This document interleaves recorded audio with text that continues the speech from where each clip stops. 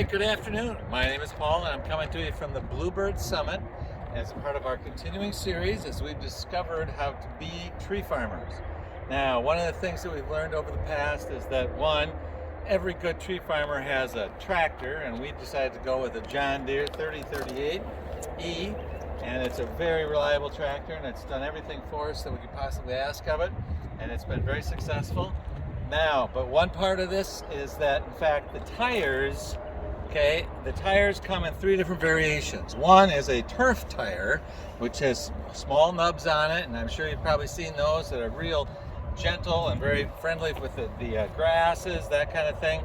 Another tire is an ag tire that has a very deep lug that is excellent for traction but tears the heck out of a grass surface. And then we've got this, and I believe it's referred to as the industrial tread. And it's a combination of a smooth surface with some fairly decent lugs in here that give it some decent traction. So in the summer months, generally this is all that's necessary for us as we go about the tasks that we're attempting to accomplish. But what does happen in the winter and even in the spring when we're trying to move in clear area is that that's not enough traction. So the way we've dealt with that is these chains. These are John Deere chains, and I'm sure they're made by Frontier. We've got them from the John Deere dealer. But putting on the chains and taking them off is kind of a story all by itself. And if you've never done this before, you might find it interesting. You know, we do have a very clear set of directions that goes with this. The manufacturer sends those along. But to give you the Reader's Digest version of how this works is simply the fact that these chains have to be put on in a certain way, and that is a different video altogether. We've used these all winter long and in the spring, and now we're ready for the summer, so we're taking them off. And taking them off is just the exact opposite as putting them on, although it's a little easier to take them off. Now, when you put these things on and when they're operational, they have to be tight. And that's one of the more interesting parts about this is the fact that the more you use them, the more interesting it becomes. Either they become tighter or they actually get looser. So you have to kind of adjust them as you go. In an effort to alleviate that, we have these bungee straps. And I've taken off the bungee straps all the way around, but usually we have three of them. And they go on crisscross over the chains to keep them tight. Now, in an effort to take them off, as I mentioned, if you notice, when we put them on, we've got these turnbuckles here facing up. That has to be in that fashion as per the manufacturer's recommendations and instructions, and it does make a difference. Those have to be up. Now, again, when you put them on, that's a whole separate step.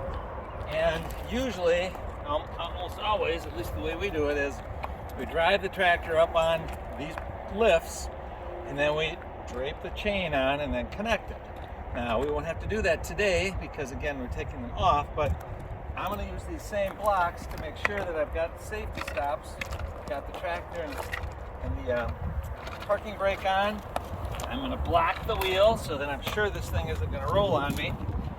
Because again, I'm going to be dishing around and kind of digging around the back of that tire on the inside.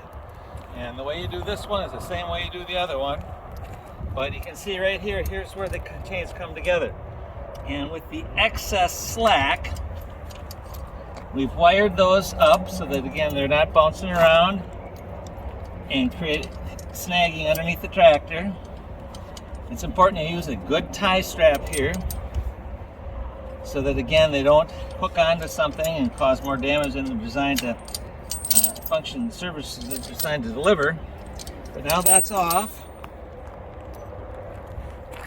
And the same thing happens on the inside here. I've got excess chain from where this thing ties on, and I have to clip that. And I always use a copper wire, some electrical 12-gauge wires, so that it's pretty resilient. I used to use tie straps, or some zip ties, but those didn't hold up a darn, so I ended up with these wires, which had worked out quite well. But you can see now that's extra chain right there. And as a matter of fact, this year I'm going to take the die grinder and grind that off so that I don't have that extra loop there that I really don't need for this particular tractor and for our usage. So that's in place. This is in place. And now what you do, here's the cinch link that gets these chains tight. And you can see it's a pretty big you know, there's a fairly tight surface there that has to come off. I'm gonna just pry that out.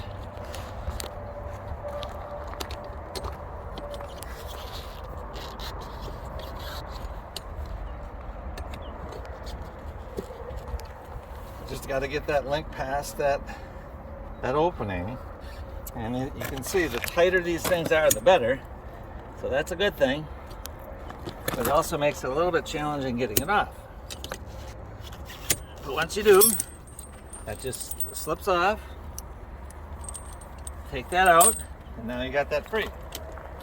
And of course, the other side, this is the cinch lynch that allows you to get that tight.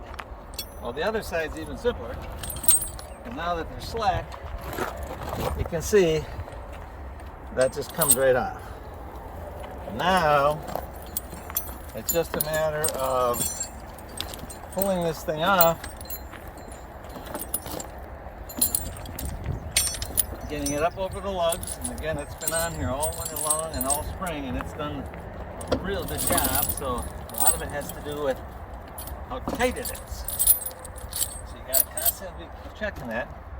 And now all I have to do is take out the blocks, move the tractor back, pull the chains out, go down, rinse them off good, throw a little oil on them to make sure that they don't rust too bad over the summer, and they're ready to install in the fall. So that is the off sequence for taking off the tractor chains. And again, just making sure that those things are tight and snug.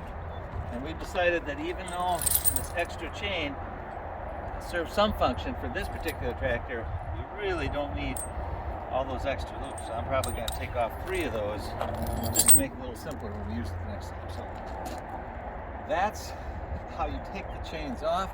And now, of course, you just repeat that on all 4 tractor tires, and you're good to go for the spring.